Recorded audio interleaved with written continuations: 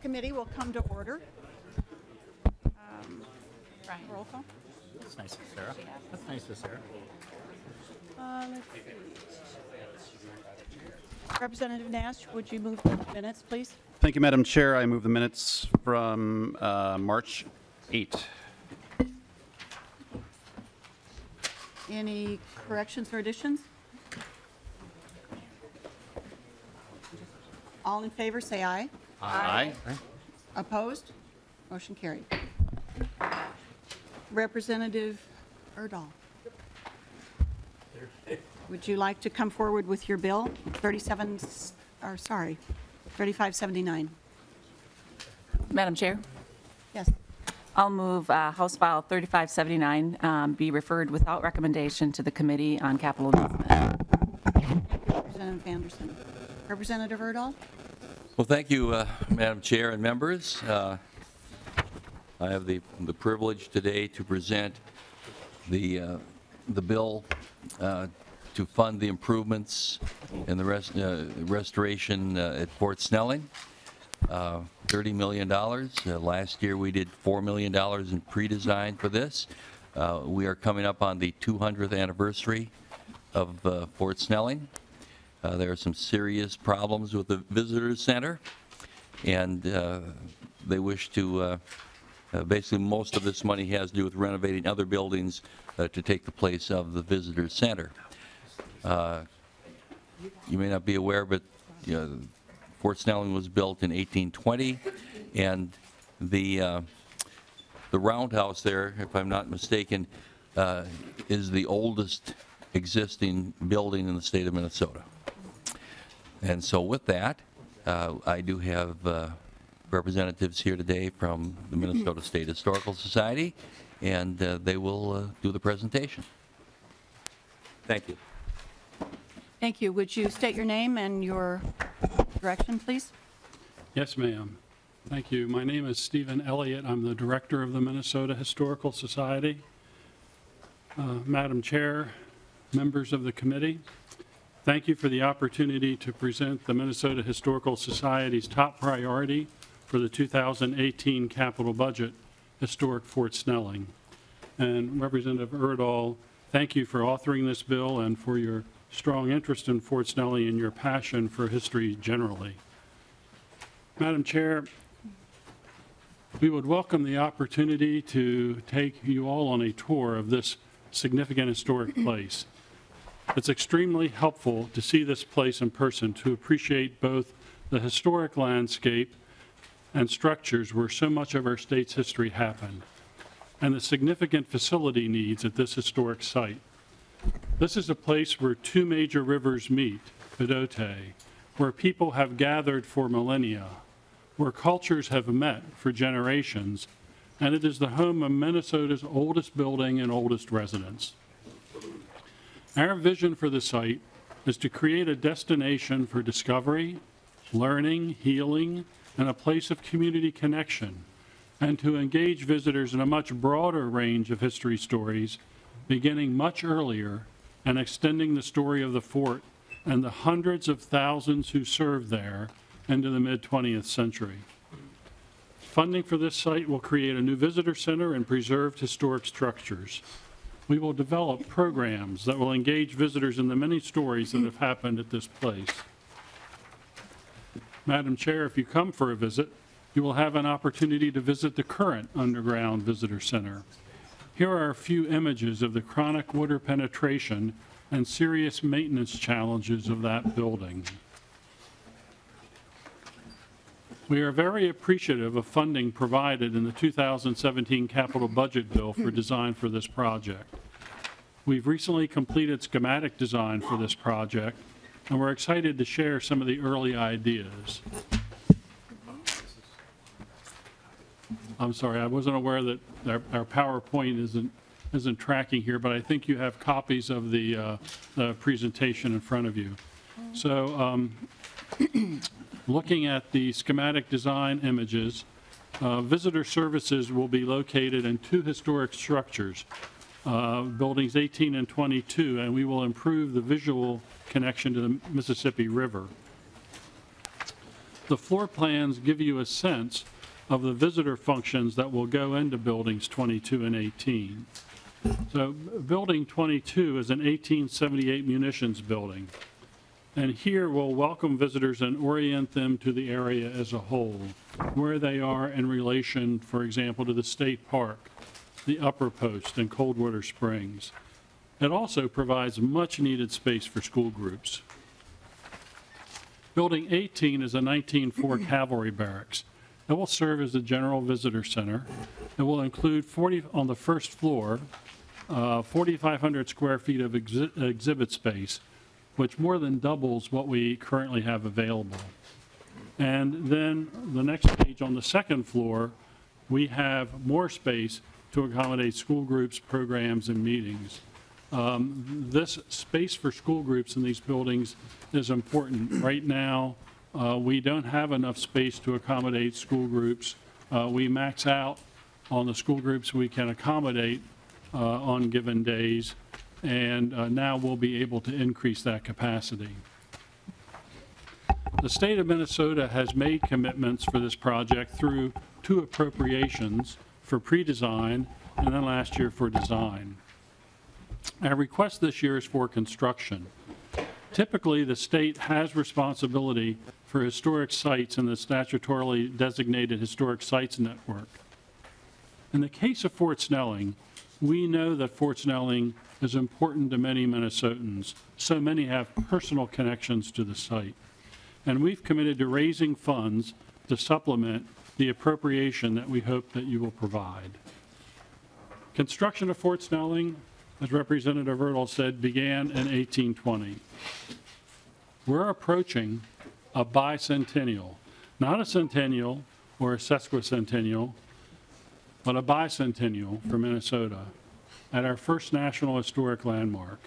We ask that you now approve this construction appropriation this session to keep the Fort Snelling project on track for its 200th birthday. We are also requesting funds for asset preservation for the state's 25 other historic sites. There are 154 structures on these sites, nearly half of them more than a century old. And it's imperative to maintain the structures and their systems on these sites to keep routine fixes from becoming major problems. Video. So I've kept this overview fairly brief because we have a couple of other folks who would like to speak briefly on the project's behalf. And if I may, Madam Chair, Representative Urdahl, yield some of my time to General Nash and Professor Atkins. Thank you, Mr. And, Elliott. thank you.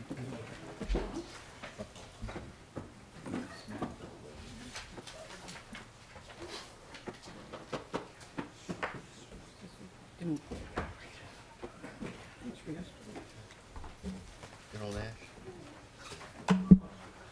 Oh, come on.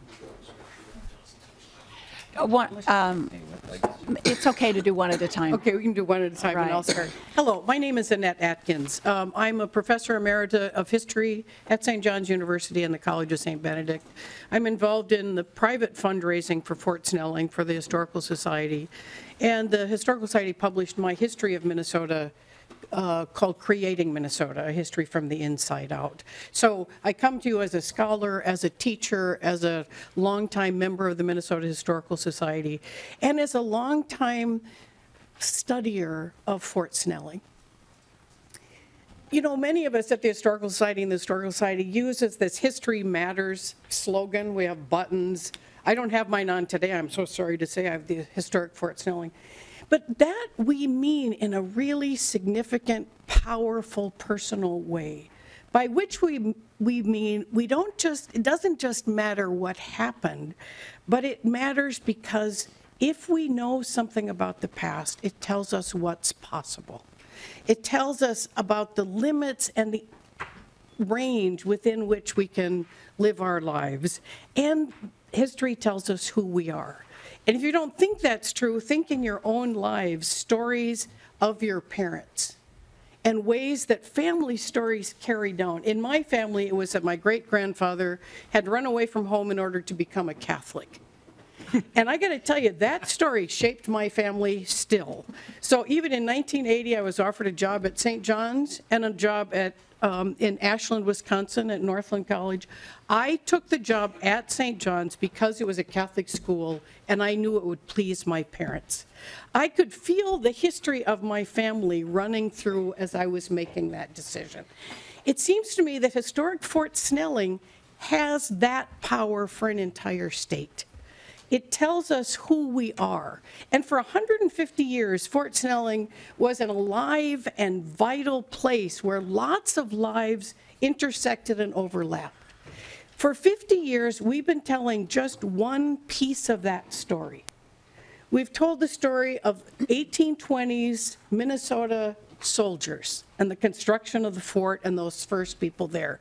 And don't get me wrong, that is an absolutely important story. But it's sort of like me, when I think about myself, I mean, I think I'm a woman, but that's only one way to think about myself.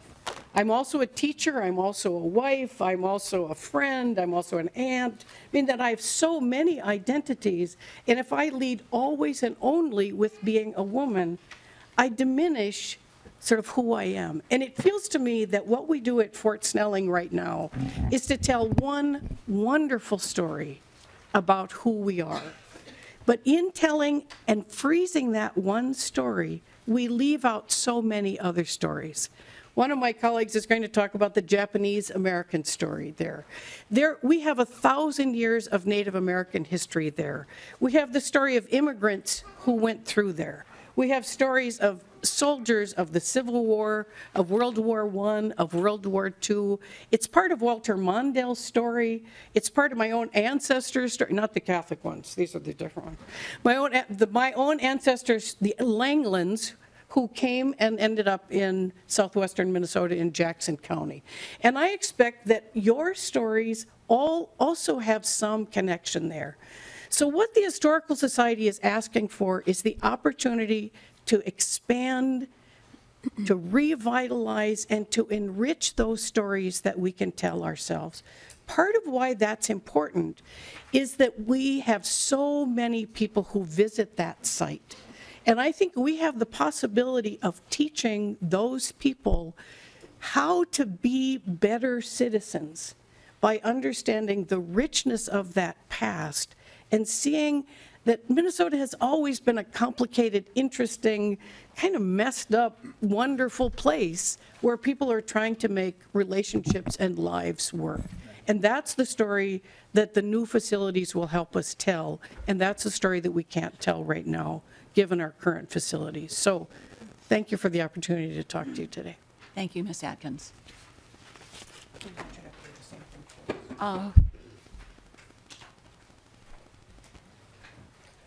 Please identify yourself and start. My name is Karen Tanaka-Lucas. I am a retired family physician from Apple Valley, and I represent the Twin Cities Japanese American Citizens League.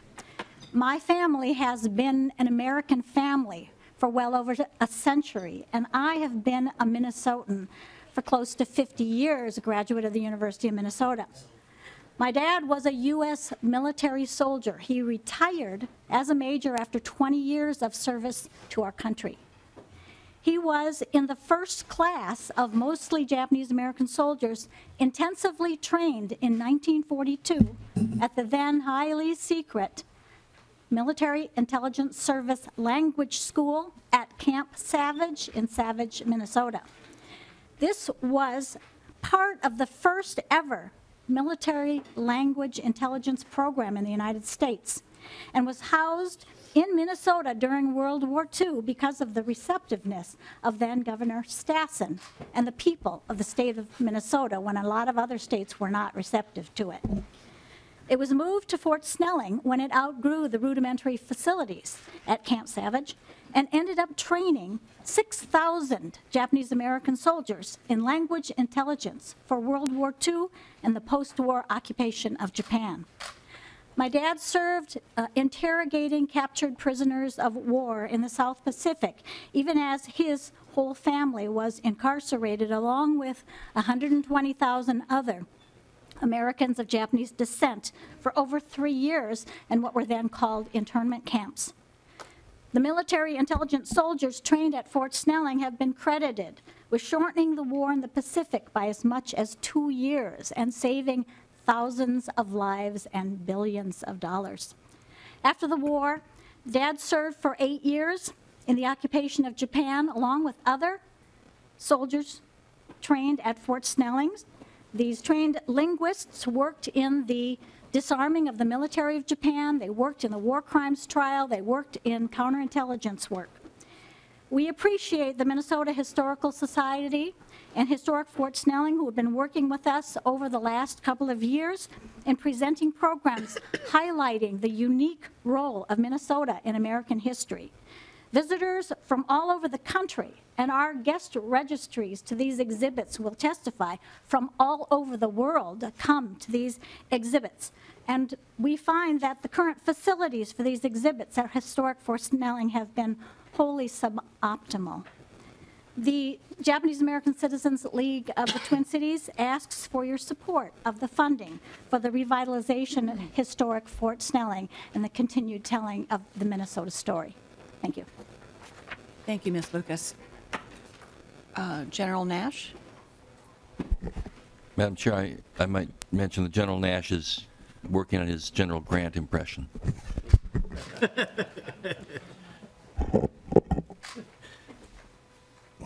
Thank you, Chair Urdahl.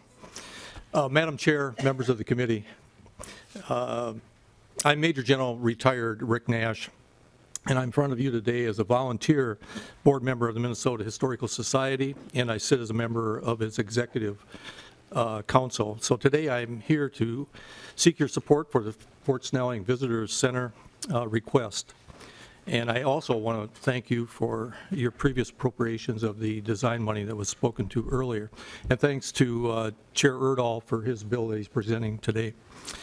As the former commissioner of the Department of Military Affairs, and as your Adjutant General of the Minnesota Army and Air National Guard, I will speak to the importance of this project for all of our soldiers, our airmen, our veterans, and their families. Our current history dates back to the 5th Regiment of the United States Infantry that arrived in 1819 to start building the fort. And we trace our current history back through the infamous 1st Minnesota Regiment and to our modern day Army National Guard. And we continue to use Fort Snelling for our departure ceremonies, our promotions, our yellow ribbon proclamations to companies and corporations, and as a staff training venue for our soldiers and our airmen. Our nearly 14,000 men and women of your National Guard value that location. Currently, the Marine Corps, the Navy, the Air Force, and the Army are also on the et al. Fort Snelling complex in certain locations. It's not only a place where civilians, veterans, and their families gather to learn and study military history, but it provides the venue to understand our pre-Fort Snelling history that needs to be researched and fully understood as we continue to unearth our Native Americans' history and their culture and their story that needs to be fully documented and preserved and then presented to our state and our visitors. As an emerging and diverse state, as Minnesota is, that values inclusion, we need a new venue for, and that is by repurposing the old cavalry barracks that fully explores then our Japanese American heritage and their history at Fort Snelling, our African American history, our Anglo-Saxon and our European ancestry, our culture and history as it impacted at that time the gateway to the statehood of Minnesota. An additional area that must be recorded and told is also the less documented and the negative aspects of the fort. And few people realize that it is a fact that slavery was part of Fort Snelling's life early in its history. This center must also then be a welcoming place for all Minnesotans past, present, and future, which in my opinion it is not now, so that we can fully explore that and document, record for future history and for the different societies that will come that we do value history and whatever history they will present. We need to value it as a destination in Minnesota and learn in a conducive environment to better understand who we are today and why we value and why we can learn from where Minnesota actually started. So I urge this committee and Chair Urdahl's bill to look favorably upon this request. Thank you. Thank you, General Nash. Thank you, Representative Madam Chair. Urdahl, do you have other testifiers? I don't think so. Is there anyone else that wishes to speak to this bill? Any questions, members? Representative Kunesh-Podein. Thank you, Madam Chair, and thank you, Representative Urdahl. Would you, and maybe your other folks here would share with us how you are including the Native American history in this new project? You know, they were, our Ojibwe communities were here long before white men stepped on, and before them the Dakota. And would you tell us a little bit about how maybe you worked with our indigenous communities here in Minnesota, and then how they are also going to be an important part of this renovation? Yes, Madam Chair, Representative, thank you for the question. It's a good one. And, you know, this has been a little bit of a challenge in the project because, especially for Dakota people, it's both a sacred place and a difficult site. And as we began working on this project some years ago and began talking with our Indian Advisory Council, which is composed of representatives appointed by the tribal councils in the 11 federally recognized tribes, we had a lot of conversations about how we could move forward in planning the project and how Native people could be involved. And I'm sorry to say that we had a fourth speaker today. She was here yesterday for Representative Urdahl's Capital Investment Committee, Lana Hunter, from our Dakota Community Council, who really speaks to that very point. As we talked with our Indian Advisory Council about this project about 3 years ago at a meeting, we had been talking for a couple of years about how difficult it was to engage in it.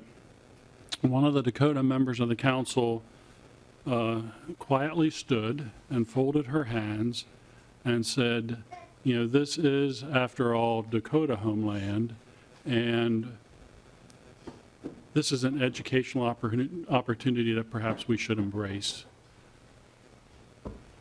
Another gentleman who was visiting from South Dakota, a tribe, stood and said, you know, when I visit the Twin Cities, or if I have a relative in the hospital receiving medical care in the Twin Cities, I wish I could go to Fort Snelling to pray, or that we could have ceremony at Fort Snelling. And from that point, several years ago, the participation has opened up and picked up to where over a year ago a group called the Dakota Community Council has embraced the opportunities there and worked with us to think about how that story can be told, for example, on the landscape, so that when people come, they are aware that there are lots of stories there, including the presence of humans for millennia, including Ojibwe and Dakota people, the native people of Minnesota. And that has been one of the many close working relationships that we've developed on this project. We've been working with African American community on the slavery story and the Dred Scott story, with the Japanese American Citizens League on their story, with veteran community, because so many soldiers went to conflict through Fort Snelling. So really the project as you see it today is the result of not just what we've done, but the result of lots of partnerships, including the Native American people of Minnesota. Thank you, Mr. Elliott. Do you have a follow-up? Thank you for including all of those folks, all those groups in the process of this renovation. And I guess I would just ask and hope that as time goes by and history comes to light, that there's opportunities to add to the rich history of Minnesota, especially at Fort Snelling and Budote. Thank you. Yes, ma'am. Thank you. Representative Pugh. Thank you, Madam Chairwoman, and thank you to Chair Urdahl for bringing this bill and to all the testifiers who are here. It's no surprise to Chair Urdahl, and I think many in this room, to know that I've been a huge supporter of this project of Fort Snelling. In fact, when the testifier, Ms. Atkins, regretted having forgotten her button, well, I did the same thing, but I have them in every colorway up in my office, and so I sent my legislative assistant up and had her come down to put on my orange button. So anyway, you know, I think that this project is analogous to the refurbishment of the People's House of the Capitol. You know, the $300-some million that we spent, you know, investing in the refurbishment of the Capitol is very much like what we're proposing to do here, to ensure the preservation of Fort Snelling for all of the people of Minnesota. And I wish that this bill could be traveling on its own and just receive an up or down vote right on its own, you know, rather than become a part of this, potentially a part of this big omnibus bill. But I'm probably not optimistic that that'll happen. And I just want to welcome back General Nash. Wonderful to see you again. So, you know, I've been an active member of the Fort Snelling Veterans Memorial Chapel for some time, and so I have the opportunity almost every week to, you know, see all these buildings and the refurbishment, and I've also attended a number of events in the old center. So it definitely is, you know, something that needs to happen.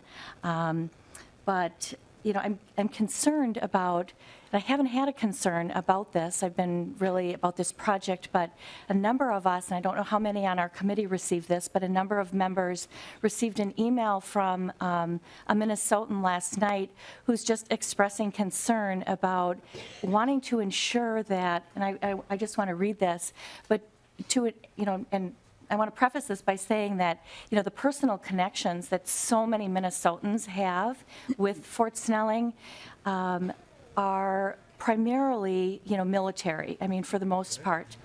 And so this Minnesotan wrote, and it just concerned me. She said, I'm an average Minnesotan who loves veterans, descends from veterans, decorates local graves with her local American Legion, and donates handmade cards to veterans living at several assisted living communities, and visits Fort Snelling National Cemetery in honor of family and friends who were veterans, and even visited Mom at a base near Fort Snelling as a little girl. I've read the writing on the signs and Fort Snelling, at Fort Snelling, and in the current design. And she goes on to express a further concern. Don't know if you've received any feedback like this, but wanting to ensure she feels, and I've heard this feedback from others, but not in as pronounced a way as we received in this email, that she feels that the significance of the military history, which is obvious, of Fort Snelling, is being minimized in some way relative to all of the other considerations of the design or whatever. And you know, I just wanted to make a point that, you know, that the military influence can't be denied, and I would love to receive assurance, not right here and right now, but I would love another look at all of what is being considered, so that I have assurance that, you know, what this is going to look like going forward. Mr. Elliott. May I please? Thank you, Madam Chair, Representative Pugh. Well, I will give you that assurance right here, right now, that is a mischaracterization. Actually, we are expanding the military history that will be told at the fort from early 19th century through the mid-20th century. that enables us to talk about hundreds of thousands of more people who served and the sacrifices their families made. So we are actually expanding that story. Yes, we are adding more stories to the stories that will be told, but you can't not have a focus on the military at Fort Snelling. So I think it's a misunderstanding. It's certainly a mischaracterization. And I have no hesitation in assuring you about that right now. Thank you. Thank you, Madam Chair. I really don't have another follow-up. I'll just look forward to reading all of this material that you've provided for us at some point. If I may, Madam Chair, Representative Pugh, I might say, I think if there were merit to that point, we wouldn't have the support of all the veterans groups that we have, including the American Legion and others. So I think that the project has earned that support. Thank you. Representative Detmer. Thank you, Madam Chair, and also Representative Urdahl and also Mr. Elliott. Thank you for the work that you're doing. And I know I got an important phone call about 2 years ago from a person that most of us know, and that's General Vesey. And General Vesey, who was the chairman and chief of staff under the Reagan administration, he was making phone calls to apparently legislators to support what we're trying to do with Fort Snelling. And when I asked, well, who is this? And was General Vesey. Oh, okay, I guess I'll listen. And just a great man. He's done so much for the state of Minnesota and also for our country, and then passed away shortly after that. So, but thank you for bringing it, Chair Urdahl. Madam Chair, Representative Detmer, I wish you were still here to be making phone calls this year. Representative Fenton. Thank you, Madam Chair, and thank you, Representative Urdahl and Mr. Elliott. One question I always ask, I remember this coming through committee, I believe, last session, and I look at the pictures, and the question that I asked regarding the Capitol as well is, why is it that we let our most precious historical places get so far gone to where, the cost is so high to redo them or get them up. And the Capitol is absolutely gorgeous, and it was worth every penny. But my question today is, and I will support this project because I think preserving Fort Snelling is most important. But once you get the money and you do the construction, the building, restoring the historical other places, what's the plan to make sure that it doesn't get so far gone that you're back here way down the road needing more money? Mr. Elliott. Madam Chair, Representative, that's a very good question. First, let me assure you that the fort itself is in good condition. We have prioritized maintaining both the 5 original sections of the fort and the reconstructed portions of the fort. And I think if you visit Fort Snelling, you would feel assured by that. There are at this site several other structures that have been vacant for many years, since the Veterans Administration stopped using them for clinic purposes and others. The best way to preserve a building is to give it a use. And so that's what we're doing with 2 of those structures in this scheme. We're giving them a use as orientation and visitor service facilities. That significant asset preservation is a big step forward for those structures at the fort. And I think it's a wise thing to move away from the underground visitor center that was built in the 70s. The damage that you see in those photographs has been caused by chronic water penetration, and we've had building experts out there to, building underground buildings were all the rage after the energy crisis in the 70s. And we've had experts out there to look at what we could do to stop the water penetration, and to a person they have said, you're not going to be able to stop the water penetration there. All you can do is continue to spend money to ameliorate the effects of that water on the structure. It's a modern structure. It's had nearly 50 years of use, and I think the wise thing to do is to step away from that and now invest in making use of the historic structures that are there to preserve, that need a reason to be preserved. Representative Fenton. Thank you. Once you restore and build everything in your plans here, then how do you plan to help with maintenance and upkeep of these structures going forward? Madam Mr. Chair, Elliott. Representative, that's a function of our asset preservation requests each year.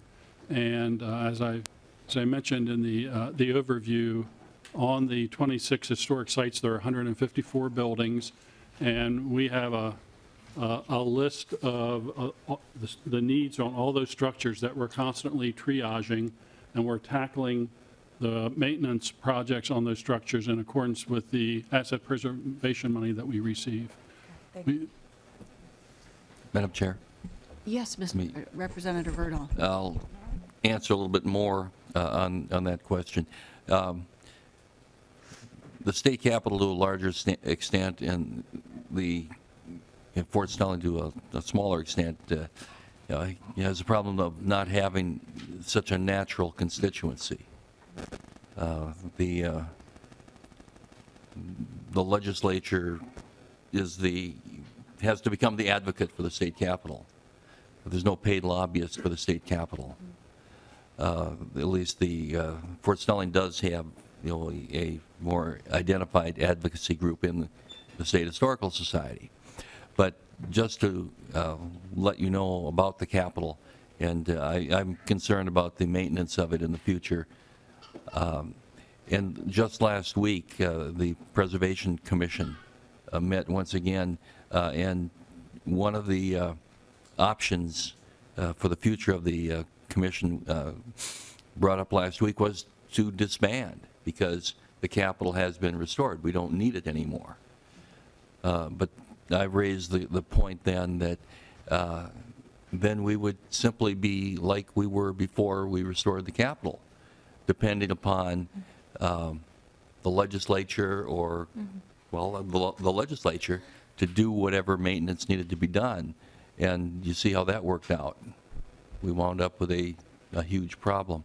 And so the commission is going to continue in existence, not meeting often, maybe just once or twice a year, to deal with requests for maintenance. So a little better future, I think, for the Capitol. Thank you, Representative Urdahl. Representative Lilly, and we're going to have to keep moving, so. Okay, just briefly, thank you, Madam Chairman. Chair Urdahl, I just want to thank you for bringing this forward. I'm lucky enough to serve on your committee, and Representative Detmer's on the committee, and Vice Chair Uglum there back in the corner. And I think we lost Vogel, though. Vogel was on the committee, but he's off of it now or something. But I thought it was one of the best stops that we had on the whole tours that we've seen. It is quite powerful. I appreciate the questions, and I thought getting into the room where the Dred Scott family was thought to have been through at their time in Minnesota, I thought was very powerful addition and a capture of Minnesota history, and so I thought that was amazing. I'm glad you mentioned in the question that was asked about this the building and how bad they are. We found on a lot of these trips how bad the buildings were in the 70s. It was just kind of a weak spot. It's not just you alone. There's a major epidemic all over the state, like on our college campuses, of just horrible buildings that were built in the 70s. But that's basically it. A great project. Thank you for bringing it forward. But Representative Urdahl, if we wanted to learn any more, is there any books we could buy to? Well, I think, thank you for that question, Representative Lilly. And there probably are some at the Historical Society that would be interesting to people. Representative Anderson? Thank you, Madam Chair, and just briefly, I want to thank Chair Urdahl for bringing this project forward. Some of my earliest memories are of visiting the Fort Snelling, and just has fond memories for me, and I think it's a wonderful asset that we have for the state. So thank you for bringing the bill forward. Thank you. Closing comments, Representative Urdahl? I think we've had a good discussion, and appreciate the opportunity to do this and to more fully explain to the people of Minnesota why this is needed. Thank you. Thank you. Representative Anderson renews her motion to re-refer House File 3579 to the Capital Investment Committee without recommendation. All those in favor? Aye. Those opposed? Motion carried. I'll get to make a recommendation. Yeah, you will. Okay. Next, we have House File 3007. Madam Chair, Yes. I'll move House File 3007 be referred to the Committee on Capital Investment without recommendation. Thank you, Representative Anderson.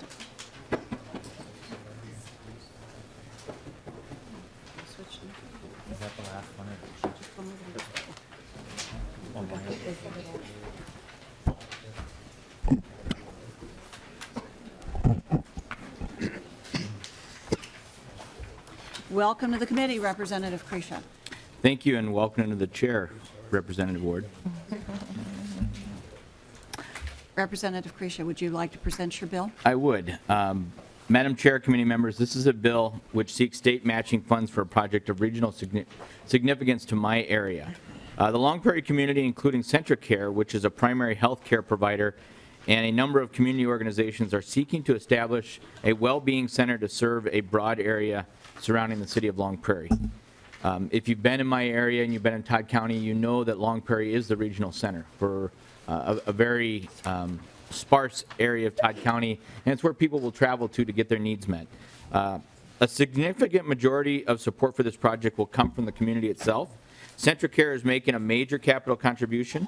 We've had good success in finding some generous donors, and there's a community campaign underway as well. In the final analysis, we expect that there will be at least 2 non-state dollars for every dollar of state money that goes into this project. I have with me Dan Swenson, CentraCare Health Long Prairie Administrator, who can provide more information about the community process that took place to bring this project forward. And with that, I'd like to introduce my testifier. Welcome to the committee. Would you state your name and your position, please? Good afternoon. I'm Dan Swenson, Administrator at CentraCare Health Long Prairie. Madam Chair, members of the committee, thank you for your time and the opportunity to provide additional comments related to the funding request to support the Regional Wellbeing Center in Long Prairie, Minnesota. In response to pressing needs voiced by community members, CentraCare Health Long Prairie is leading the effort to secure capital funding for the construction of a regional community wellbeing center that will exist to provide programs and services designed to promote healthy lifestyles, enhance quality of life, support well-being through the 6 dimensions of wellness, which are occupational, physical, social, intellectual, spiritual, and emotional, for all who live and work in the region. It is important to note, this project is truly championed by community members, desiring access to a nearby facility where they can be active and interact with healthcare providers. Today, only 33% of Todd County residents report access to exercise opportunities. This compares to the state average of 84% access. Throughout the past 5 years, we have been working with regional partners and community members to define, frame, and carry out this project in order to provide the best possible solution to the health and well-being issues faced by our region. This project and our team of stakeholders embodies the spirit of rural optimism that is critical to keeping our community healthy, successful, and deeply inclusive, bringing our diverse community members together to provide opportunities for growth and betterment for all. A market analysis was completed along with a feasibility study and hundreds of meetings with community members to gain input for the priorities of this project. The 12,000 square foot facility positioned as a shared use community center that many regional organizations will utilize and provide programming and services within. The main amenities of the space are community and outpatient physical therapy gym with cardio and weight equipment, community and outpatient physical therapy pool, which would be a warm water for therapy and community water aerobic classes, a demonstration wellness kitchen for nutritional education opportunities and socialization space, a fitness studio, which is a multi-use space for fitness classes and support group meetings. The Regional Community Wellbeing Center project is designated as one of the vital projects in Region 5 by the Region 5 Development Commission's Strategy Committee. This project was recognized as an initiative that has regional significance and possesses multi-jurisdictional, multi-agency benefits. The Regional Community Wellbeing Center will provide preventive health care access for all who live, work, and play within our region. Primary impact is 35,000 residents living within 20 miles of Long Prairie throughout rural Todd County, Minnesota. This is a local collaborative project with many partner organizations providing input from concept through design to benefit our community. The partners involved in the development project, we have a whole host of about 20 different community partners that we're working with on this project. Our focus is to create a healthy rural community with special attention on our aging population, low-income individuals, and those with disabilities, mental health, and preventable chronic health conditions. The economic impact in our region will be significant by further enhancing community collaboration, culture cohesion, and creating appealing amenities that currently isn't available, which will benefit workforce recruitment and retention for all regional businesses. There's a significant opportunity for enhancing the lifestyles of those who live, work, and play in the region. Our need for intervention into the wellness of the community is immediate, as we face significant issues including economic depression, lack of services for the diverse population, and isolation among the population. Todd County ranks poorly in statewide studies for healthcare factors related to chronic conditions and preventable health conditions. For example, the occurrence of diabetes is 13.1% in Todd County compared to the state average of 7.3%. Prevalence of heart disease in Todd County is 36.3% compared to the state average of 26.3%. In collaboration with our many regional partners, we are dedicated to lead this population health and holistic wellness effort to build a center that will address pressing community needs and local disparities in access to programs and services. This is why it is crucial we leverage a holistic approach that provides opportunities for all areas of wellness within our facility. Economic health, physical health, and emotional health are all needed for happy, healthy, and contributing members of our community. Access to high-quality well-being services and programming close to home is not just a convenience, but a necessity for our regional residents. The population of Todd County is one of the most aged, impoverished, and diverse populations in the state of Minnesota. According to the U.S. Census, 18.8% of Todd County's current population is over age 65, compared to 13.9% in the remainder of the state. By 2030, the population of residents over age 65 is expected to grow to 28.7% in Todd County compared to 19.1% in Minnesota. Individuals in poverty living in Todd County comprise 14.7% of the population compared to the state's average of 11.3%. Todd County is the 5th poorest county in the state of Minnesota. Further within the city limits of Long Prairie specifically, Hispanic Latino population has increased from 9.38% in 2000 to 29.9% in the 2010 U.S. Census. This project will be a model for other rural communities, demonstrating how to incorporate shared community use within healthcare facilities. To date, over $1.8 million has been secured from individuals, organizations, foundations that have committed to this project. This is significant testimony to the importance of this project. Regional community members have been the ones to contribute to this project.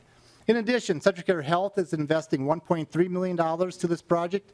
So in all, over $3.1 million has been secured for this project. And conversations continue with all of our donors. If funding is secured, construction would begin in July of 2018 with the expected completion in the spring of 2019.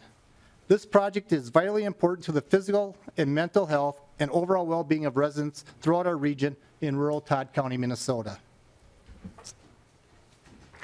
So on behalf of the residents of rural Minnesota who live throughout and around Todd County, we are respectfully requesting state matching funds to further support this project. For every dollar from the state of Minnesota, there will be about $2.80 contribute from other sources. So we are only requesting 35% of this project to come from state funds. So we appreciate your support of this bill and request your recommendations to the House Capital Investment Committee. Thank you very much. Thank you, Mr. Swenson. Representative Kresha, are there other testifiers? I do not have any more, Madam Chair. Does anyone else wish to testify on this bill?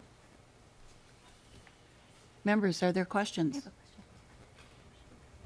Representative Pugh. Thank you, Madam Chair. And thank you, Representative Kresha, for bringing this bill. I have a question, a clarifying question.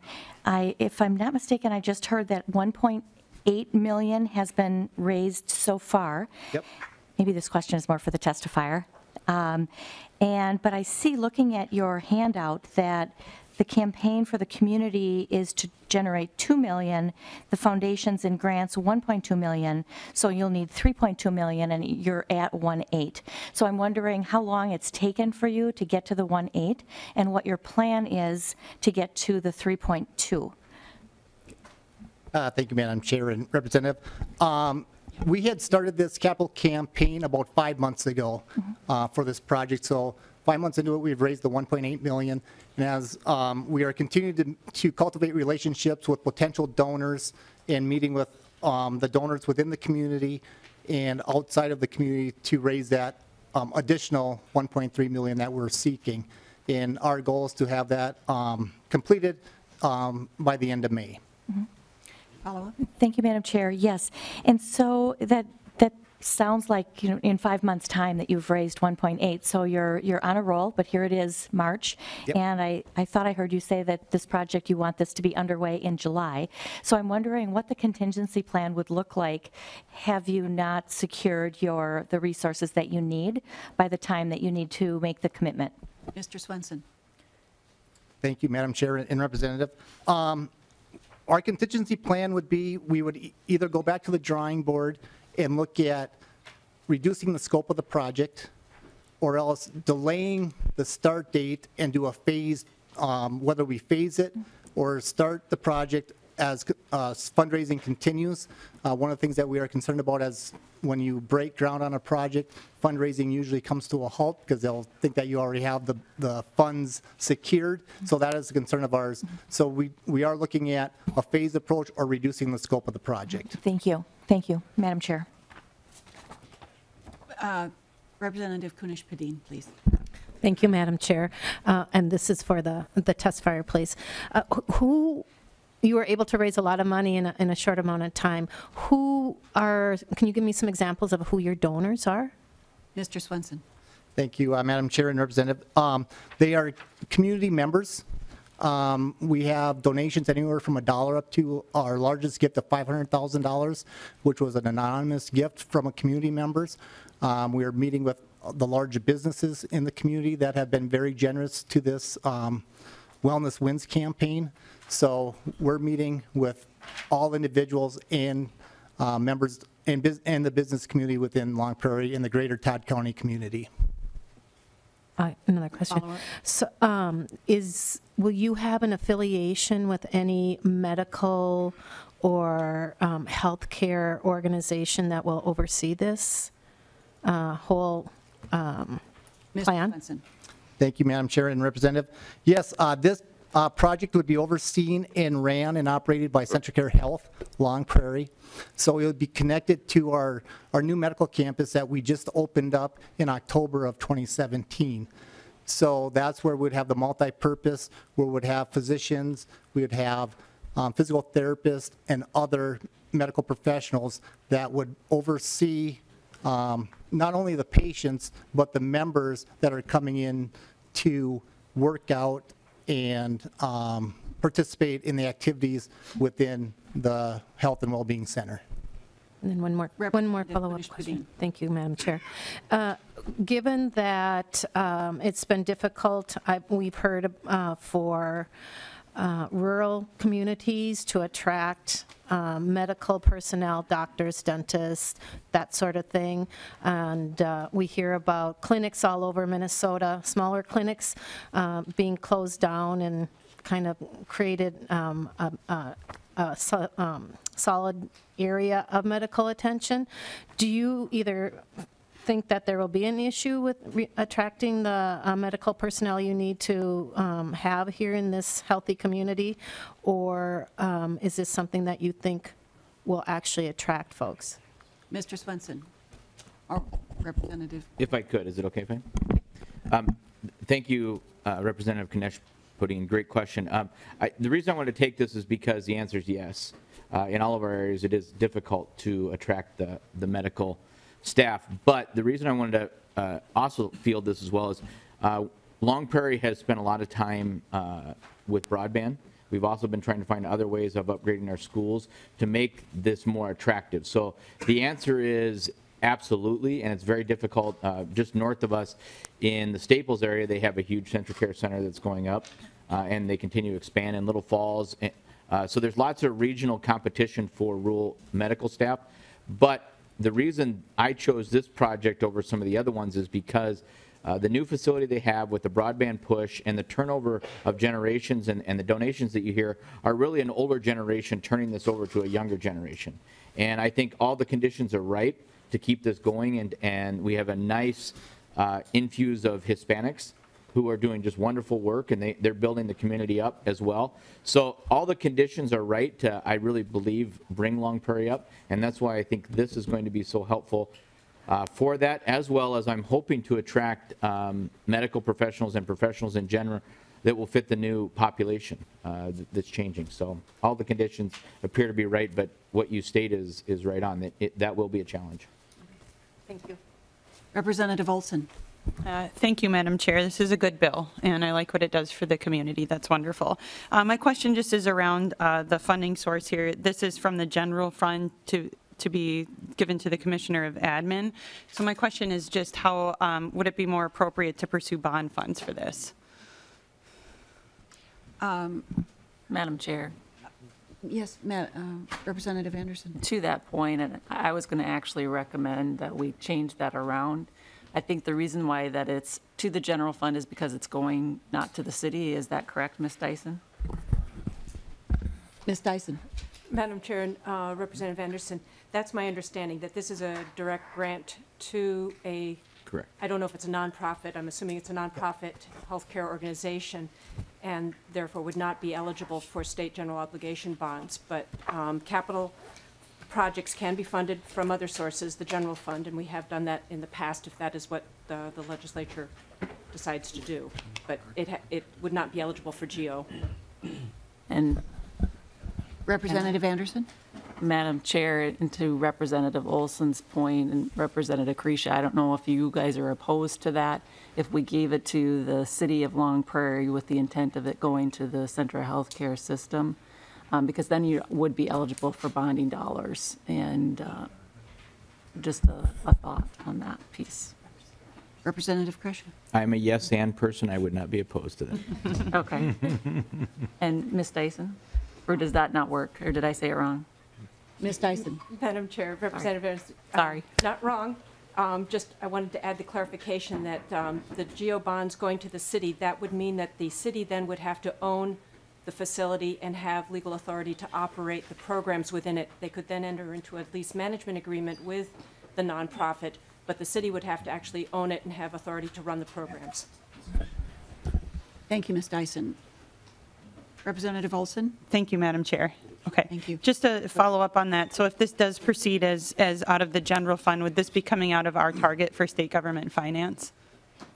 Representative Anderson. Madam Chair, Representative Olson, we're referring this to the Capital Investment Committee, so that will give Representative Kresha some time to change it over if he so desires. Otherwise, since it would be going to the Capital Investment Committee, sometimes they do have general fund dollars as part of their bill, so they could potentially take it out of that as well. So there's a couple options, but it would not be out of our target, no. Great. Thank you, Madam Chair. Are there other questions? Oh, Representative Yeah, Detmer. thank you, Madam Chair. And just looking over the materials, it goes into the physical therapy and so forth. Is there anything dealing like PTSD or anything like that in the psychological areas? Mr. Swenson. Thank you, Madam Chair and Representative. Not in this building specifically. We do have in one of our other buildings where we have mental health, and that would be completed in that building unless they need additional therapy, whether it's occupational or physical therapy, then they would be referred to this building. Okay, thank you. Are there other questions? Representative Anderson renews her motion to re-refer 3007 to the Capital Investment Committee without recommendation. All those in favor? Aye. Those opposed? Motion carried. Thank you, Madam Chair and members. Thank you, Representative Kresha. Representative Miller, House File 3106.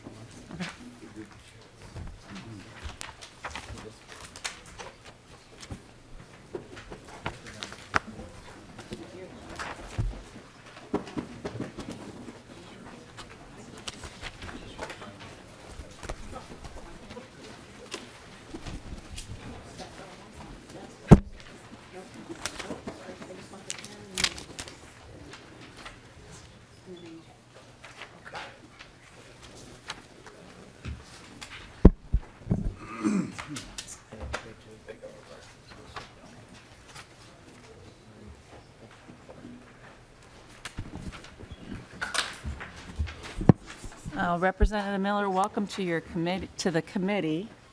I am going to move that House File 3106 be referred to the Committee on Capital Investment without recommendation.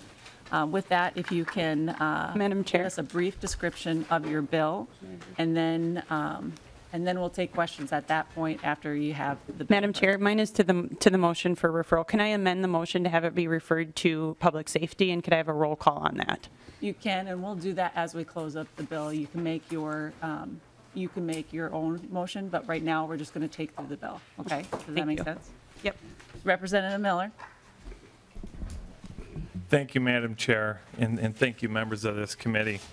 My bill is to purchase or to secure general obligation bonds to purchase the Prairie Correctional Facility in Appleton and pay for facility upgrades for a maximum of $139 million, pending facility appraisal and purchase agreement. This is based off of a study that was done in this last year, and those were the recommendations as to cost, but there's not an assumption of how much the purchase of the building is until we have an appraisal. So that may go down from there. There's also another option to lease to own that we've presented in the past and will certainly be presented forward, which would also kind of adjust exactly what we're trying to do forward here. But the real intent is to facilitate the purchase of it, or the ownership by the state of Minnesota. There's been a great deal of discussion around a myriad of issues regarding the Minnesota Department of Corrections using these facilities, including sentencing reform, social justice, private prisons in Minnesota, union versus non-union. In the end, this project is very clear and simple.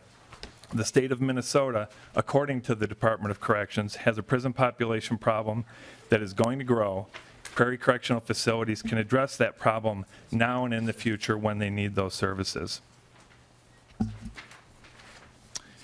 I want to refer to some supporting documents that I've handed out. For the sake of brevity, Madam Chair, I'm not going to go through those. They're for your reading, but please take note.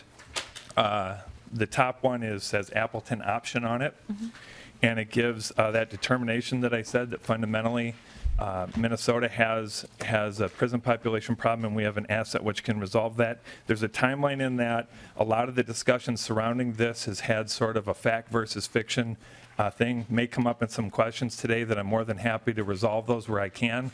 But we do believe that this is a straightforward option. And one thing that I made clear to the Department of Corrections last year is we're not asking them to open or to purchase and to open a prison. What we're saying is when it's such time that they need to expand their facilities, that they do so with the Appleton option. If they do not have that need at any time in the future, then we understand that. So with that, I'm going to, I have my first testifier here. I'm going to let him go ahead and proceed forward. Welcome to the committee. If you can please state your name for the record and who you represent. Madam Chair, my name is Gary Hendricks, Swift County Commissioner, resident of Appleton. Appleton is within my district. We support House File 3106. We feel we have the regional support. We have documentation that indicates that we have 25 counties and communities that are in support of reopening the prison. We believe overall that the state has an overcrowding issue. We see that within the Department of Corrections' own information, and that we believe that the jails, the county jails, are not the facilities in which they should be housed. We feel a prison overall will add the programming, rehab services that is essential for these individuals once they go out and are completed with their sentencing and can become more active and supportive citizens of Minnesota. We have as Representative Miller has stated, a pre-existing building. It's already there. It's been in operational before, and it's ready to go with we don't know how much, but changes will have to be facilitated, but it's basically in very good shape. And overall, for the future of our communities, the stability of Western Minnesota, we are looking for the jobs that would be created and the good paying jobs that are offered through the prison system and the Department of Corrections. So we are advocating for the state to purchase the facility, and we could have a long relationship for years to come. Thank you. And Representative Miller, do you have other testifiers that wish to testify? Madam Chair, I do not have other testifiers, but I believe that there are other testifiers listed. I see that. I just have a question for Commissioner Hendricks. You talk about the jobs. What is the estimate of the number of jobs? Madam Chair, I can answer that. Representative Miller. The answer is fluid in the sense that it depends on how many inmates may be populated. It's up to 1,600 beds. The general assumption is with the amount of population that would go in there, it would be about 300 up to, I know the Department of Corrections has listed that it would be 500 full-time positions that would be out there. That's with a capacity prison of 1,600 inmates in it. So 300 to 500 is the answer. And Representative Miller, what's the population of Appleton? The population of Appleton right now is about 1,400 is what I was going to say, yes. Great. And if I could add on to that, that's why we have a number of communities and counties. When it was open, there was well over 300 people working there, and it drew from a large geographic area. Traveling in our area, the traffic is very light. So it does not, if you're talking about 10 miles, it takes you 10 minutes to get there. And Madam Chair, if I could just... Representative Miller. Thank you, Madam Chair. I just want to support that. And this is in your kind of fact versus fiction. Sometimes the labor market there has been put into question by the Department of Corrections.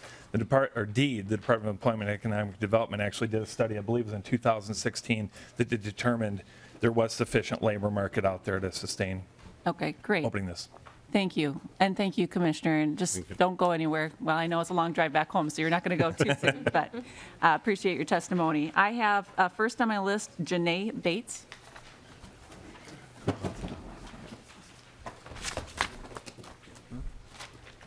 Welcome to the committee. Please state your name for the record and who you represent. And I'm just going to tell this to everybody.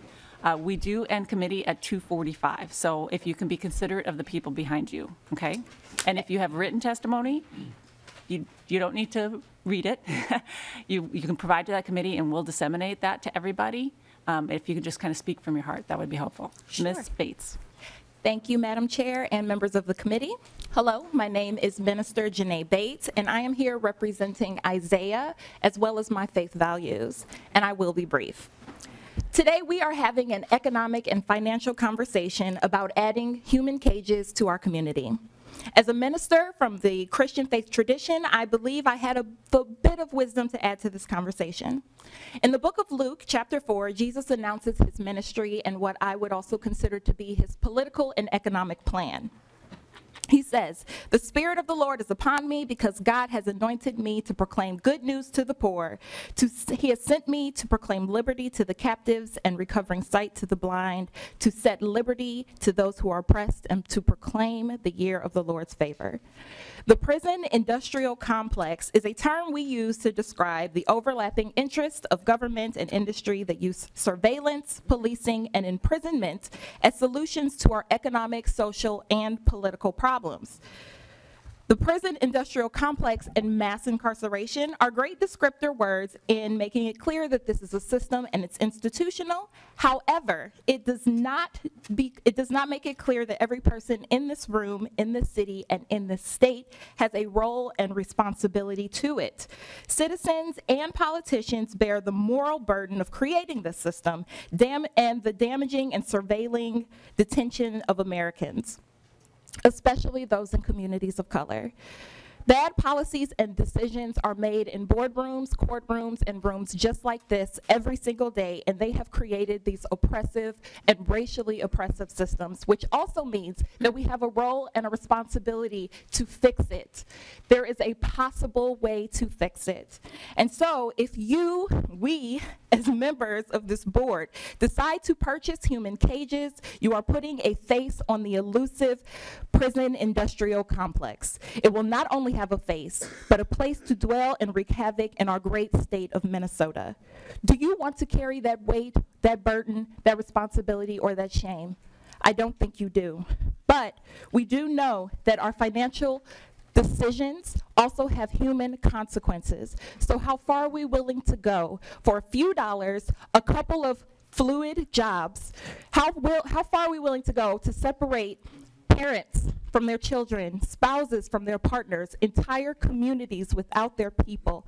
And so we need you to stand by us, the people, in challenging the belief that caging and controlling people is what makes us safe.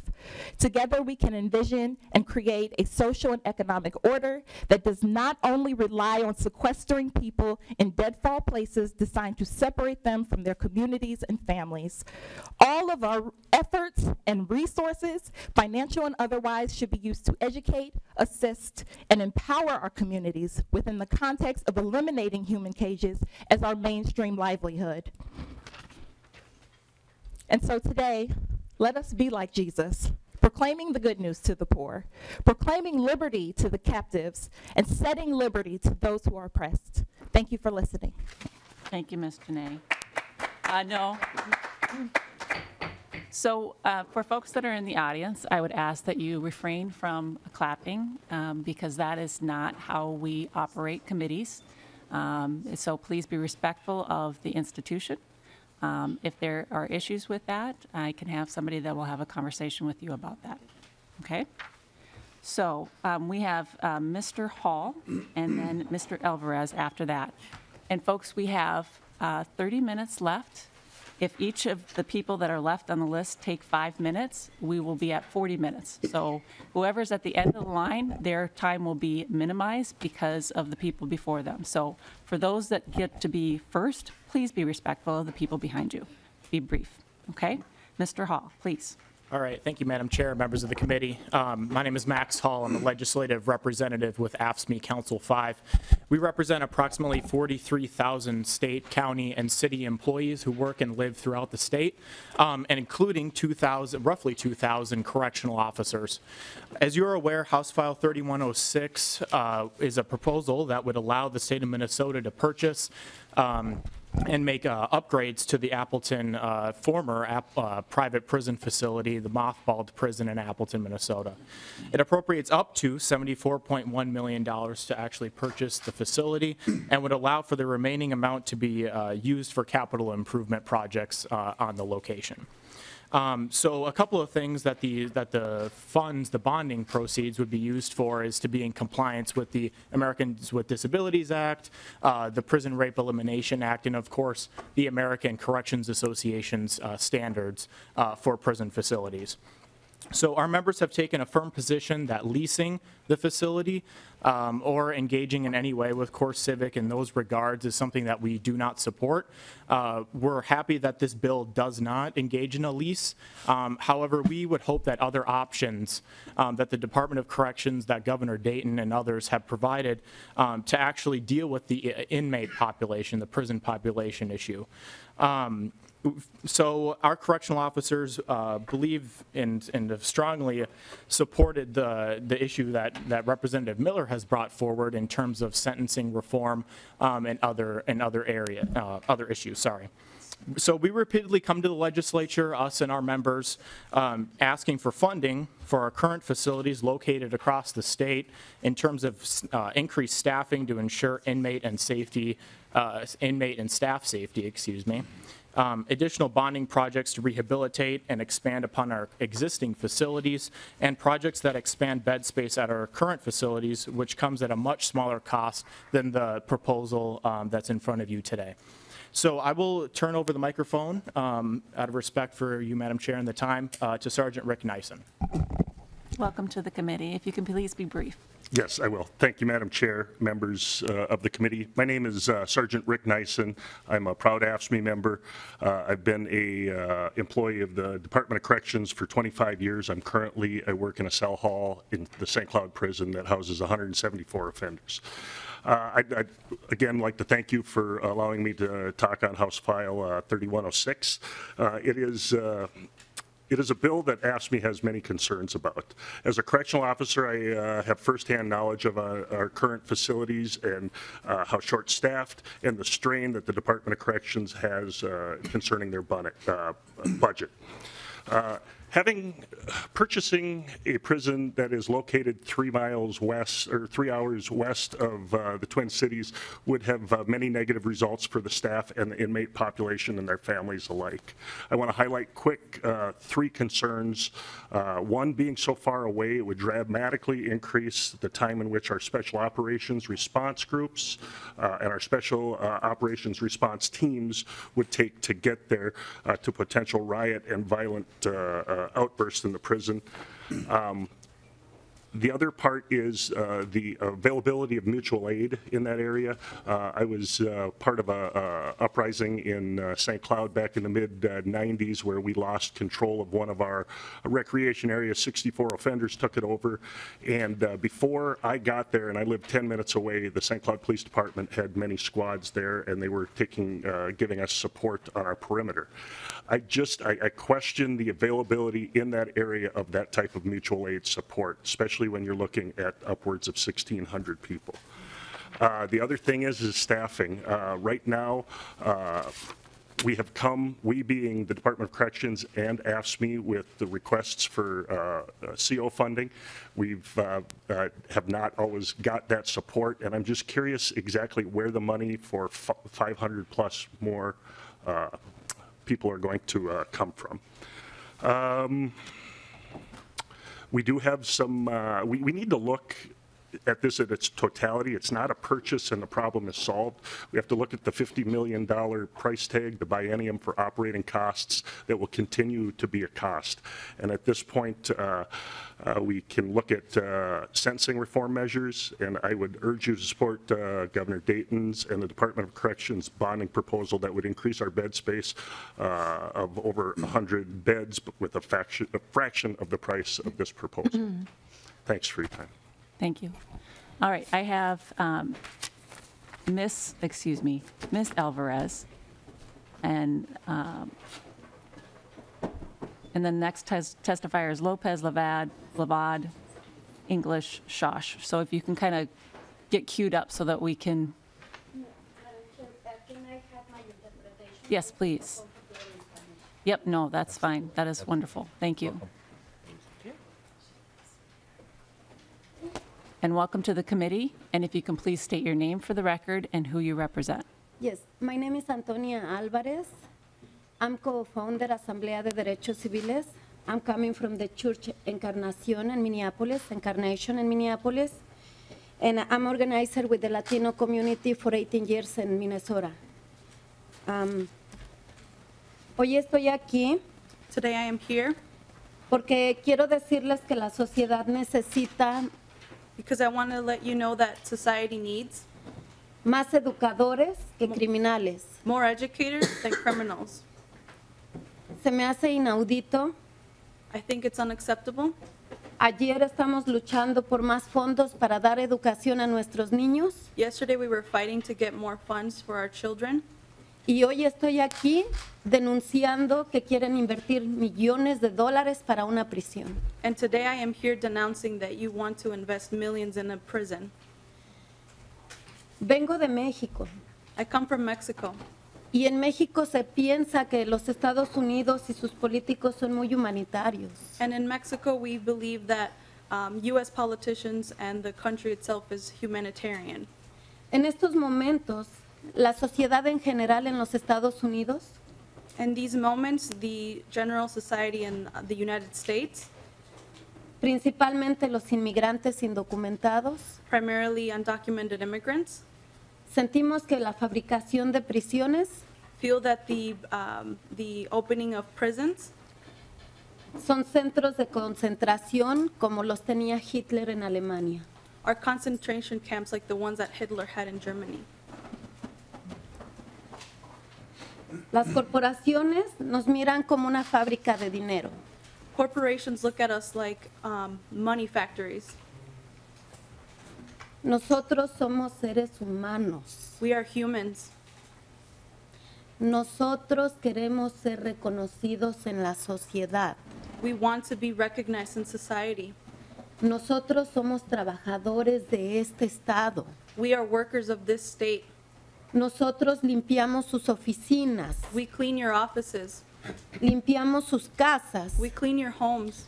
limpiamos sus yardas, We clean your yards. reparamos sus techos We fix your roofs. y muchas veces And many times, nos meten a las prisiones injustamente. you unjustly put us in prisons. No es posible que esté pasando esto. It is not possible that this is happening. Todos los que estamos aquí Everyone who is here, y ustedes, and including yourselves, estamos aquí por un propósito. are here for a purpose. Y el propósito de todos es reconocer la dignidad de los seres humanos. And the purpose of everybody here is to recognize everybody's humanity. Si permitimos que fabriquen prisiones, If we allow them to continue opening prisons, van a venir por mí. they're going to come after me. Y estoy clara de eso. And I'm very clear on that. Pero cuando se acaben los míos, But when my people are done with, van a venir por los hijos de ustedes. they're going to come after your children too. Porque las corporaciones son ambiciosas Because corporations are greedy and ambitious. y no están mirando la dignidad de las personas. And they are not recognizing people's dignity. Quiero pedirles, por favor, I want to ask you, please, antes de que ustedes decidan before you make a decision en favor de una prisión, in favor of a prison, piensen un momento en sus familias think for a moment about your families. y en un acto de amor, And in an act of love, voten vote por lo que ustedes desean for what you wish para sus familias y la sociedad, for your families and for society, porque el Señor va a estar con ustedes. because the Lord will be with you. Muchas gracias. Thank you. Thank you. I have Lopez, Lavad, English, and what I'm going to do in order to make sure that we have enough time for questions, you have 2 minutes. After the 2 minutes, I will ask you to submit your further comments in writing, and we will disseminate that to the rest of the committee. Absolutely. So welcome to the committee. If you can please state your name for the record and who you represent. And it's 2 minutes, and you'll get a warning of 1 minute from one of these guys. Make a poster of 1 minute. Please. Thank you, Madam Chair. Members, my name is Luz Lopez. I am an organizer with Asamblea de Derechos Civiles. And I am here today because I'm here to echo the concerns of our co-founder as well. I'm very concerned that there's going to be this prison that is going to be opening. I understand that this prison is not supposed to be used for private reasons under a Republican governor, but I've worked closely with the Stearns County Sheriff's Department, and I have found that in the surrounding areas of St. Cloud, folks are being funneled to ICE. They are being stopped, they're being racially profiled, detained for ICE, and then deported. So the fact that the argument is that it won't be used for that reason, I frankly do not believe. Again, we're going to be spending $139 million on this, and I think that it could be used elsewhere. We could put it into after-school programs. I know that they have been cutting after-school programs. They have been reducing hours in schools. Ms. Lopez? I'm going to ask that you submit the remainder of your comments to the committee. I apologize. It's just the reality of the people that we have on the list, and we have, I want to make sure everybody gets a chance to speak. Absolutely. Are you good with that? Yes, absolutely. Thank you all for your time. Thank you. I appreciate it. I'm probably saying this name wrong, and I apologize. Ms. Levad. And 2 minutes.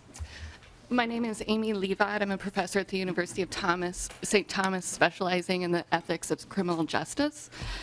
I've written and researched about these issues for nearly 20 years and been participating in conversations around this particular move to reopen Prairie Correctional Facility for the last 2 years.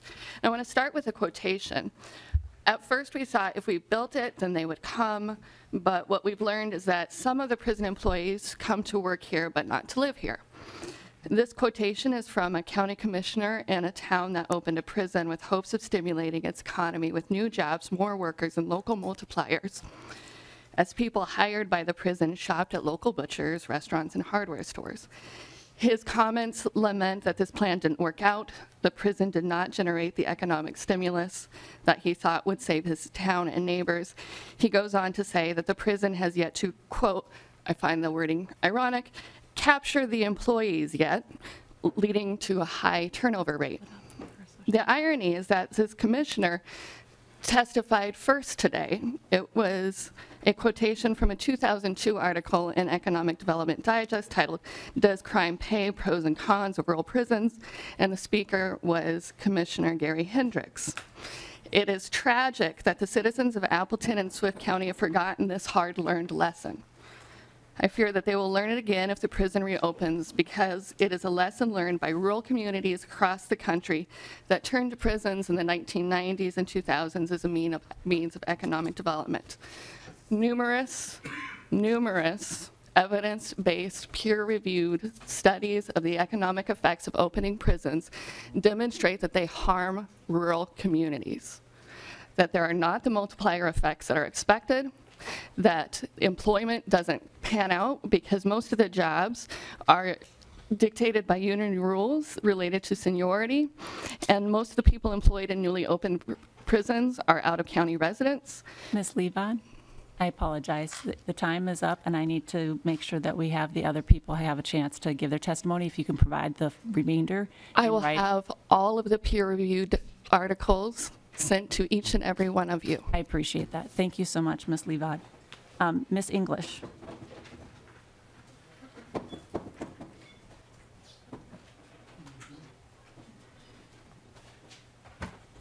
Welcome to the committee. If you can please state your name for the record and who you represent. Thank you. Yes, my name is Rachel English. I am a community organizer with Jewish Community Action.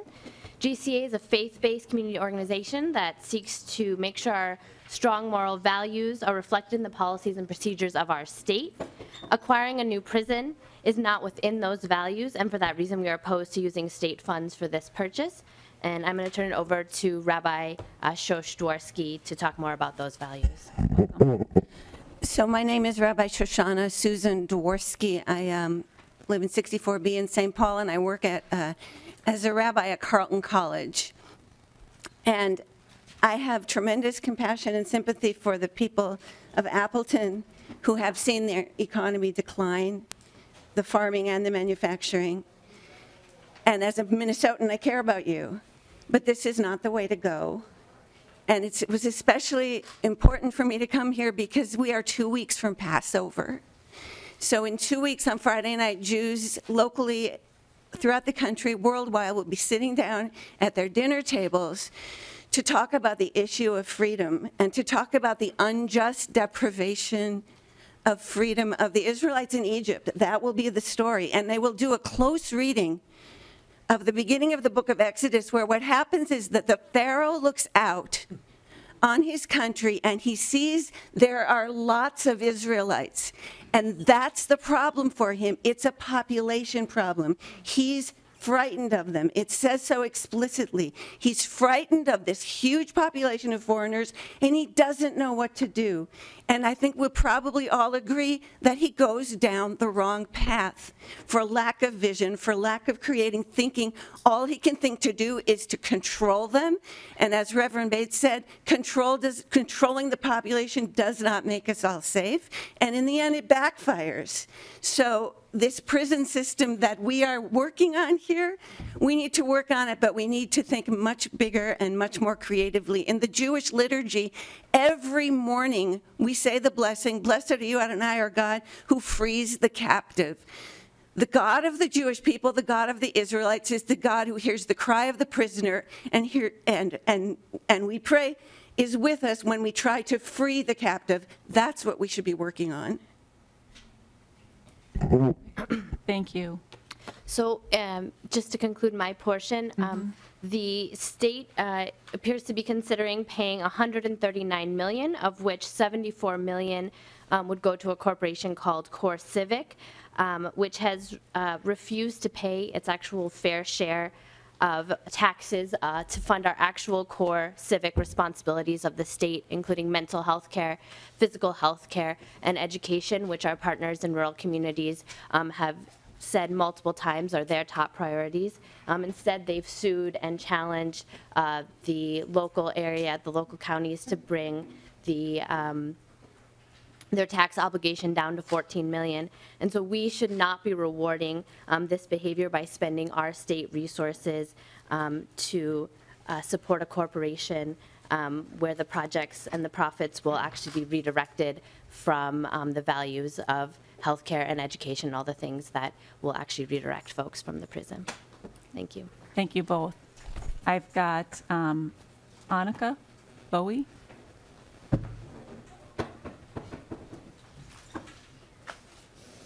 And then Eliza Darris after that. And if Eliza wants to come down and sit in the spare chair. Good afternoon. Welcome to the committee. My name is Anika Bowie, and I'm a representative from NAACP Minneapolis. I'm the co-chair of the Criminal Justice Reform Committee. And part of our 10-point liberation plan for people of color is to eliminate mass incarceration. So this capital investment actually goes against the betterment of low-income communities and communities of colors that we serve. Eliminating institutionalized racism is a key component of what we do. We actually have forgiven hundreds of warrants in Ramsey County as well as in Hennepin County. And I'm also the lead organizer of the Restore the Vote Coalition, and this appropriation of funds to prison will increase the population of disenfranchised voters, which will be counterproductive to you guys as representatives who need voters. Crime is actually down in Minnesota between 2008 to 2016, but more people are getting locked up.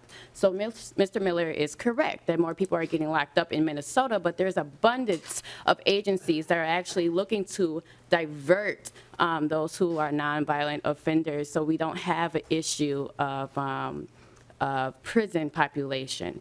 Why exactly has Minnesota not tracked with the majority of the nation is an open question, where on a national level, prison population is actually decreasing. And I think we should follow that trend. And I have a quote from Jeff Aggie, who's a vice president of NAACP Minneapolis. And his quote is, "It is counterproductive that we can build and improve prisons while denying the building of people who are affected by the inequitable criminal justice system."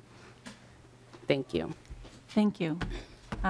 Eliza Darris, welcome to the committee. If you can please state your name for the record and who you represent. My name is Eliza Darris. It's E-L-I-Z-E-R. And I thank you for the opportunity to speak today. I have a few points for consideration that I would love to be able to leave with y'all. I am formerly incarcerated. I'm also currently with the ACLU. some of the points that I want to initially just drop. I only have 2 minutes, but I want to say that I'm really disappointed to actually be sitting here and have this issue yet again come before us.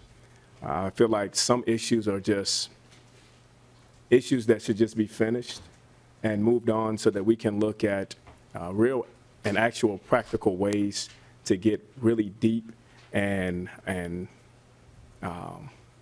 devastating issues resolved. To me, it just doesn't feel as though this issue that we've already gone over several times over is getting us to the point of getting this thing done. And so to me, this issue should pretty much be done, and I will hope that this just doesn't come before this committee again.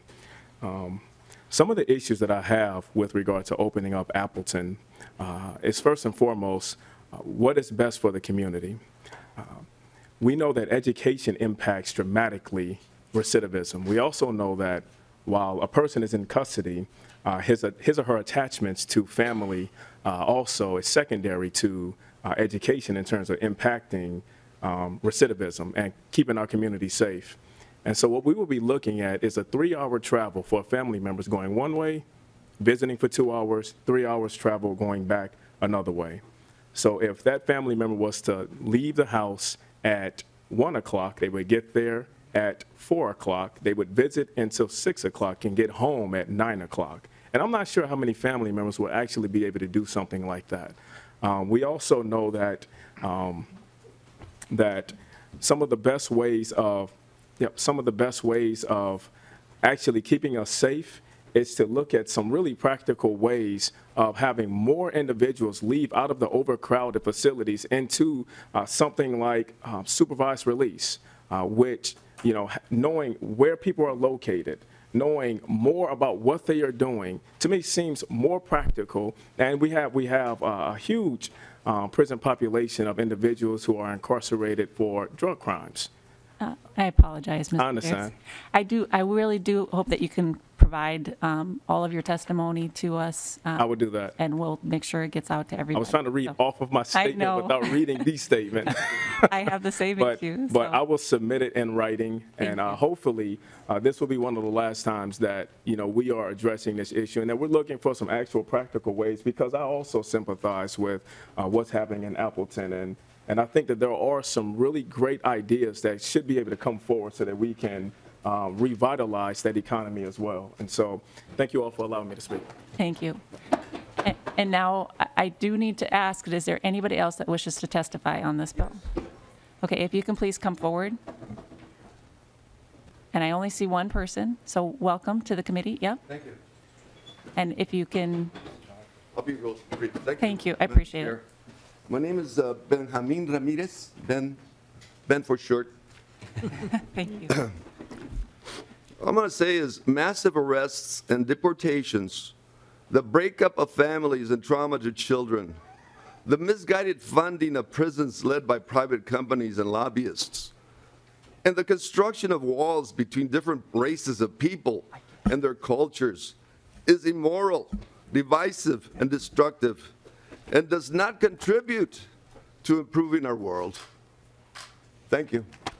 Thank you. Appreciate that. Pretty good. Representative Olson, you wanted to make a motion. Yes, I'd like to amend the motion to send this to public safety, and I'd like a roll call on that. And just to explain that motion, I think the conversation we had here is really around public safety. We're a state government finance committee, and I don't think we even got some satisfactory time to discuss some of the numbers in here. And I think the discussion really needs to happen in public safety about the need for prisons, and really needs to be vetted through the appropriate committee. Okay. Representative Miller. Madam Chair, thank you, members. Representative Olson, I don't support this only because we have been through public safety last year, and we were through it the previous 2 years at some level or another. So I appreciate these conversations, and I think these are very important conversations to be had. But the bill before us now, as I said in the beginning, these are really good conversations to have.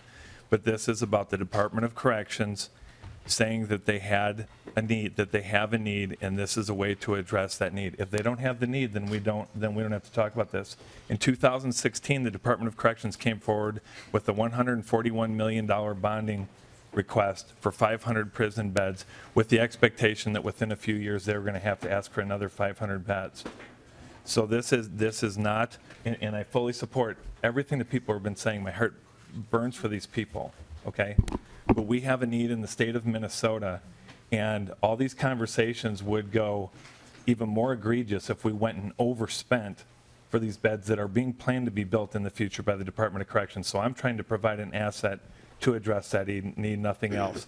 And I fear that if we bring this into the into the Committee of Public Safety, we're going to fall back into a lot of these conversations. I don't know if you've been part of those committees before. We've had the conversations. I believe it's time to move on and have the conversation before us. Representative Olson? Thank you, Madam Chair. Thank you.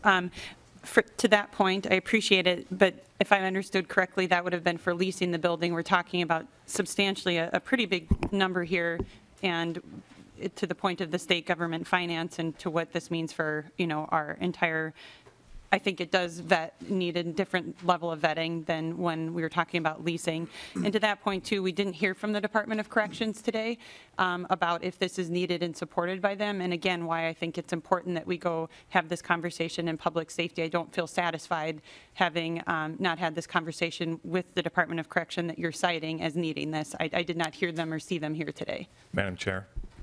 Representative Miller, Very briefly. Promise. This bill before us is a progression from those conversations. There was a lease to own or own was what the bill was, and it came to the conversation of, well, we need to assess what we have out there. So that study was done last year. We brought forward the assessment. I don't even necessarily agree with everything that assessment. We take them at their word, and we're saying this is the next step. So this is a progression from those conversations. Representative Ward, to this motion. Is it to this motion? If not, I'll call on you next. Okay, so Representative Olson has moved that the bill be referred to the Committee on Public Safety. She has requested a roll call. Members, if you look in the bill on line 1.8, this is dealing with the Commissioner Administration. The Commissioner Administration is the one that receives the funding for that and manages it. It is not the Department of Corrections or the Department of Public Safety. So with that, the clerk will take the roll. Anderson? No. Nash? No. Deppner? No. Fenton? No. Flanagan? Yes. Green? No. Krenishpadin? Yes. Lilly? Yes. O'Driscoll? No. Olson? Yes. Pugh? No. Guam? 9. Hoogland? Vogel? No. Ward? Yes.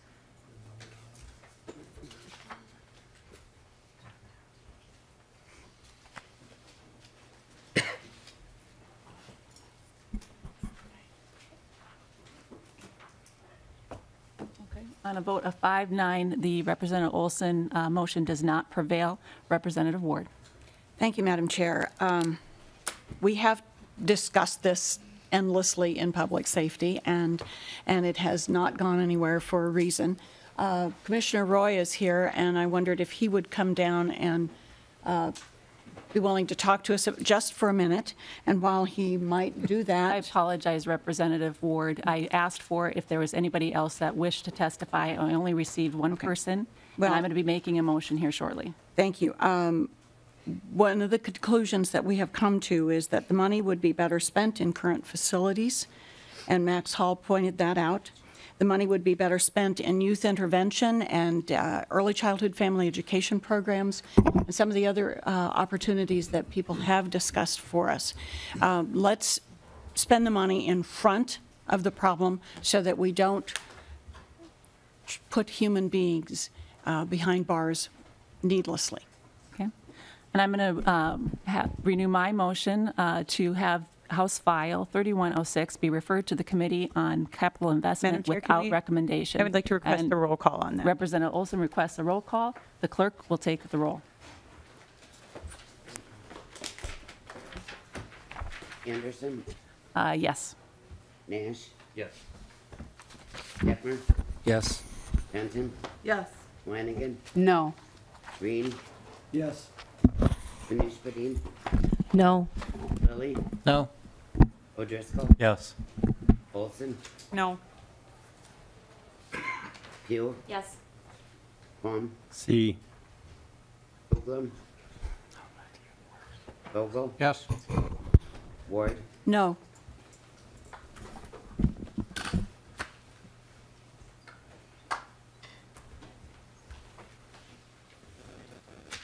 On a vote of 9 to 5, the motion does prevail. The House File 3D-106 will be referred to Committee on Capital Investment.